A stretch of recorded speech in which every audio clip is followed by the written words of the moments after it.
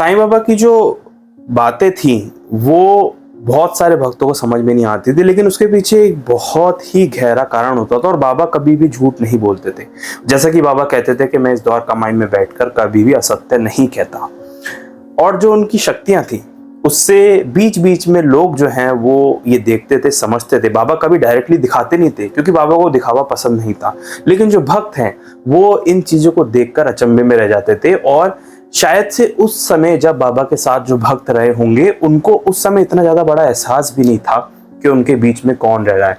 देखिए, कई सारे जो सन्यासी हैं वो शिरडी आए थे बाबा के समय भी, और वो अक्सर एक बात बोला करते थे कि जब ये शक्ति चली जाएगी यहाँ से, वैसे तो बाबा हर जगह हर समय प्रेजेंट है, लेकिन जो फिजिकल बॉडी की बात की जाए, जब मतलब अपनी आंखों से नहीं देख पाएंगे, तब जो है आप लोगों को समझ में आएगा कि कौन सी शक्ति शिरडी में आकर आपके बीच में बैठ के गई है। ये दो बातें मैं आपको बताऊंगा और ये दोनों बातें ही कुछ ना कुछ बाबा से रिलेटेड थी। एक बार क्या हुआ, और ये बातें जो है ये बताई हैं कृष्ण शास्त्री जोगेश्वर भीष्म जी ने, जो कि बाबा के एक भक्त रहे हैं। और ये 1921 में एक लेटर लिखा गया था, जो कि साईं लीला मैगजीन में भी ये कहानी आई थी, तो उसमें उन्होंने बताया था साईं लीला मैगजीन के लिए, तो तब वहीं से ये मैंने कहानी ली है। तो भीष्म जी बताते हैं कि एक बार साईं बाबा द्वारका माई में बैठे हुए थे सब भक्तों के साथ, और शाम का समय था, आरती होने वाली थी, शेज आरती।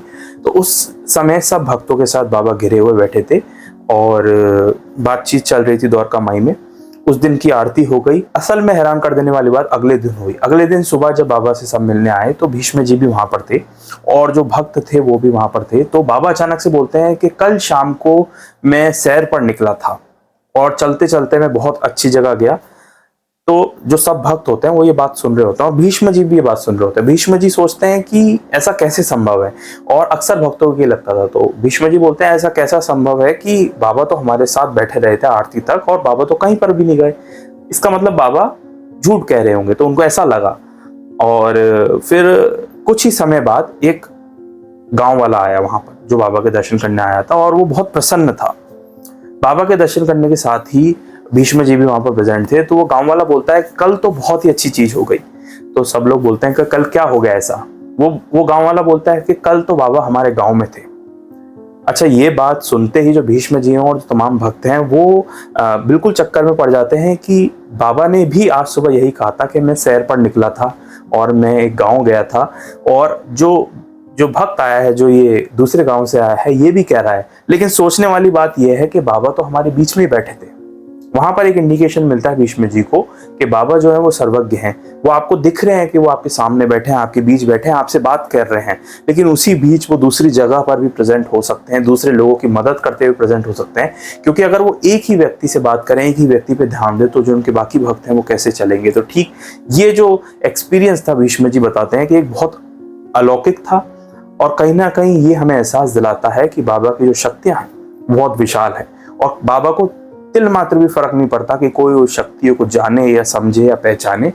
बट बाबा जो बोलते हैं वो असत्य नहीं होता। बाबा हमेशा यही कहते थे कि मैं इस द्वारका में बैठ के असत्य नहीं बोलूंगा। एक और ठीक घटना हुई जिसमें बाबा की सर्वज्ञता का पता पड़ता है कि बाबा हर जगह प्रेजेंट है। इस घटना में बलवंतराव खापर्डे की बात हुई। बलवंतराव खापर्डे अपने घर में सो रहे थे और सोते के वक्त उनको एक सपना आया। सपने में साईं बाबा उनके घर आए हैं और उनके साथ बैठ के डिनर कर रहे हैं। बाबा ने उनके साथ बैठ के डिनर किया, भोजन खाया, और उसके बाद पान भी खाया, और पान खाने के बाद बाबा विदा हो गए। जैसे ये घटना हुई, उनकी जो नींद है वो एकदम टूटती है और वो उठ के बैठ जाते हैं।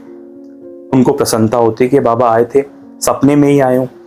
बट अगले दिन क्या होता है, सुबह वो इस सपने के बारे में भीष्म जी से डिस्कशन करते हैं, और भीष्म जी बोलते हैं कि अगर आपको बाबा से रिलेटेड कोई सपना आया है तो सबसे अच्छा यही होगा कि बाबा का कोई इंडिकेशन है या कोई संकेत है, आप बाबा से जाके मिलो। क्योंकि अक्सर हमें ये पढ़ने को मिलता है और ये समझने को मिलता है कि बाबा जो है वो किसी भी भक्त से डायरेक्टली उसके सपने के बारे में बात नहीं करते थे, क्योंकि अक्सर भक्तों को इस तरह के सपने आया करते थे, लेकिन बाबा इस बात को कभी उठाया नहीं करते थे। बट अगर वो भक्त उनके पास आ जाता था तो वो एक्सप्लेन कर देते थे। तो ठीक ऐसे ही हुआ। बलवंतराव जो है वो भीष्म के कहने पर वो चले गए बाबा से मिलने द्वारका माई। और जब वो द्वारका माई में पहुंचते हैं तो जब वो कुछ पूछे बाबा से, उससे पहले ही बाबा बोलते हैं कि कल तुमने मुझे भोजन कराया, वो मुझे बहुत ही अच्छा लगा और मैं बहुत प्रसन्न हुआ, लेकिन एक कमी रह गई कि मैं बिना दक्षिणा लिए वहां से आ गया, तुमने मुझे दक्षिणा नहीं दी। ये सुन के कहीं ना कहीं बलवंतराव भावुक भी हो जाते हैं, क्योंकि उन्होंने तो कुछ सपने का जिक्र किया ही नहीं था और ना ही कोई भोजन कराया था।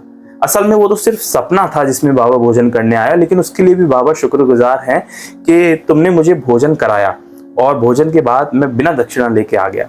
तो बलवंतराव जी भावुक तो हो ही जाते हैं और वो बोलते हैं कि हाँ बाबा आपकी दक्षिणा रह गई। तो फिर उसके बाद बाबा बोलते हैं लाओ मेरे दक्षिणा। तो बाबा को वो दक्षिणा देते हैं और उसके बाद कहीं ना कहीं उनको प्रसन्नता हो जाती है और कहीं ना कहीं ये भी समझ में आता है कि जो आप सपना भी देख रहे हो उसके पीछे भी बाबा बैठे हैं और उसके पीछे भी बाबा को मालूम है कि क्या हो रहा है आपके साथ। तो यही बातें हैं जो हमें कहीं ना कहीं दर्शाती हैं कि बाबा कितने ज्यादा शक्तिशाली थे। बट अगर आप फिजिकल तौर पे देखोगे तो बाबा ने कभी भी उनका प्रदर्शन नहीं किया, ना बाबा को ऐसा शौक था, ना बाबा शिरडी से बाहर कहीं गए। जो भी पब्लिक, जो भी लोग थे वो अपनी ही समस्या लेके खुद शिरडी आए और खुद बाबा के दर्शन करके उनका सॉल्यूशन पाया। ऐसी ढेर सारी कहानियां इस चैनल पर अपलोडेड है। मैं बाबा से जुड़ी हुई कहानी पढ़ता रहता हूँ, अलग अलग किताबों से समझता रहता हूँ और आप तक पहुंचाता रहता हूँ। अगर आप इसी तरह बाबा से जुड़ी हुई कहानियां जानना चाहते हैं तो इस चैनल पर ढेर सारी ऐसी कहानियां मौजूद है जिनको आप जाकर सुन सकते हैं। मिलेंगे एक नेक्स्ट वीडियो में एक नई कहानी के साथ। ओम साई राम।